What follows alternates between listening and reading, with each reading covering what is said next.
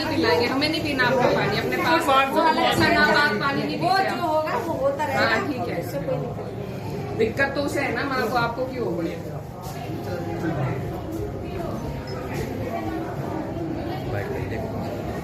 बताइए किस लिए लाया गया? हमारे पास और भी काम है। सिर्फ दफ्तर में बैठने का काम तो हमारा है नहीं, और भी काम है हमारे पे। कोई नहीं, आप 10 मिनट में आगे जैसे भी होगा बता देंगे। ये ढोल की जरूरत नहीं है मैडम। मैडम वो अलग चीज है। नहीं, ये ढोल की जरूरत नहीं है। नहीं कोई नहीं, वो तो हमारे हुआ है। हेलो, संस्कार तो आप लोगों के देख लिया हमने बहुत अच्छी तरीके से, बड़े से लेके छोटे अधिकारी तक।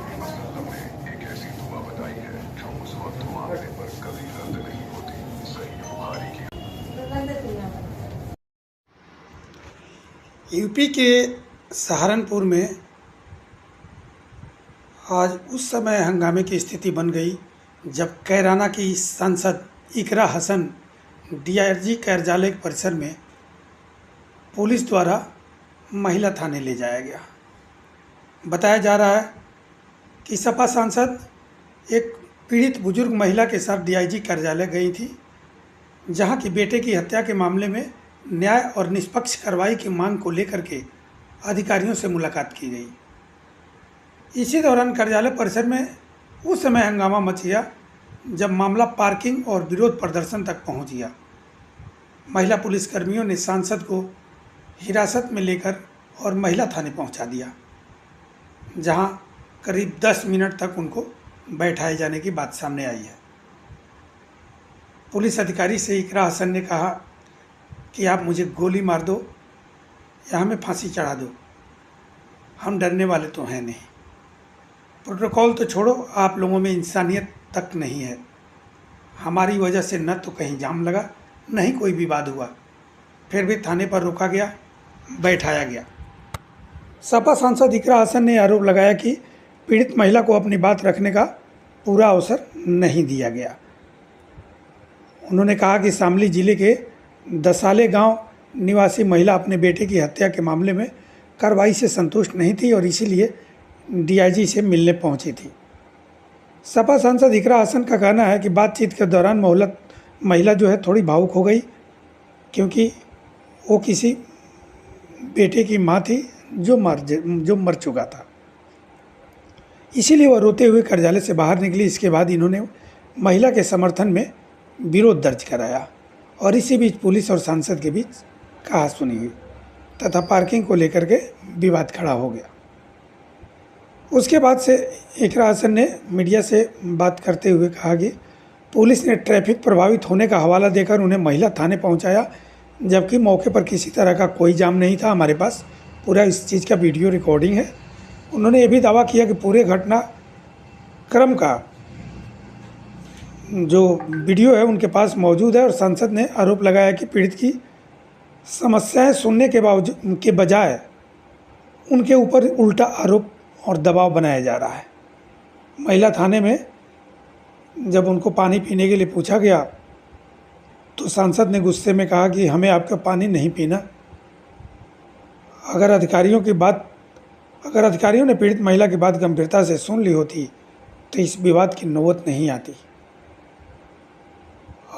उसके बाद से पूरे मामले पर अभी तक पुलिस प्रशासन की ओर से कोई भी आधिकारिक बयान नहीं आया है।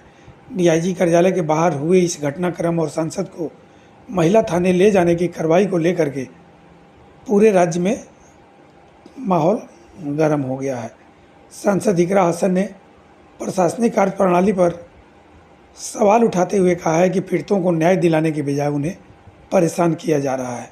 फिलहाल मामले को लेकर के राजनीतिक और प्रशासनिक हलकों में जमकर हलचल तेज हो गई है।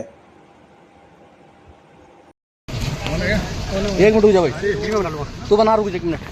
माइक है, दिखाई दे रहा।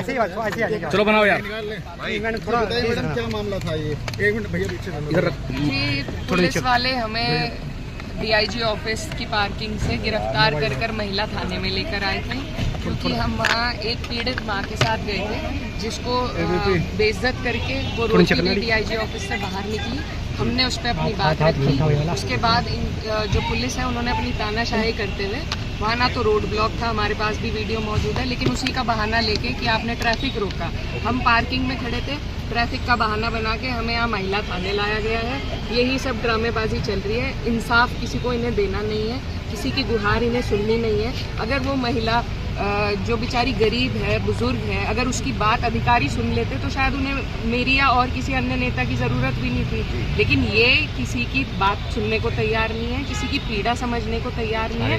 वो महिला कोई छोटे केस में नहीं आई थी, उनके बेटे को बेरहमी से मारा गया है। उस सिलसिले में वो अपनी जांच से संतुष्ट नहीं थी, इसलिए डीआईजी साहब के पास आई थी। उनको बेइज्जत करके वो महिला रोती हुई, बुजुर्ग महिला, वो उस ऑफिस से निकली है। उसके बाद मैंने अपना विरोध जताया और फिर हमारे साथ ये दबाव बनाने के लिए हमें ये थाने ले। अच्छा मैडम, वो महिला कहाँ की रहने वाली थी मैडम? वो दसाले गांव की रहने वाली है, शामली ज़िले में पड़ता है। पिछले अगर आप फॉलो कर रहे होंगे, उनके बेटे की हत्या हुई थी, उस सिलसिले में, उसकी जांच के सिलसिले में हम इनसे मिलने आए थे। लेकिन उनको कोई उनके लिए कोई हमदर्दी इस प्रशासन में मौजूद नहीं है। अच्छा, आपने आपकी सुनी बात?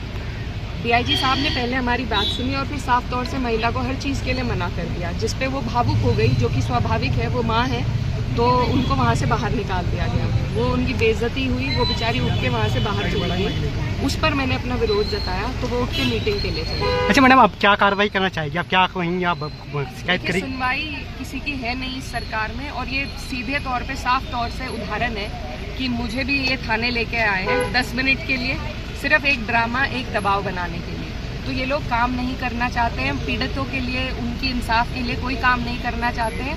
सीधा सीधा ये सरकार के जो लॉ एंड ऑर्डर की दुहाई देती थी सरकार, कहाँ है वो लॉ एंड ऑर्डर?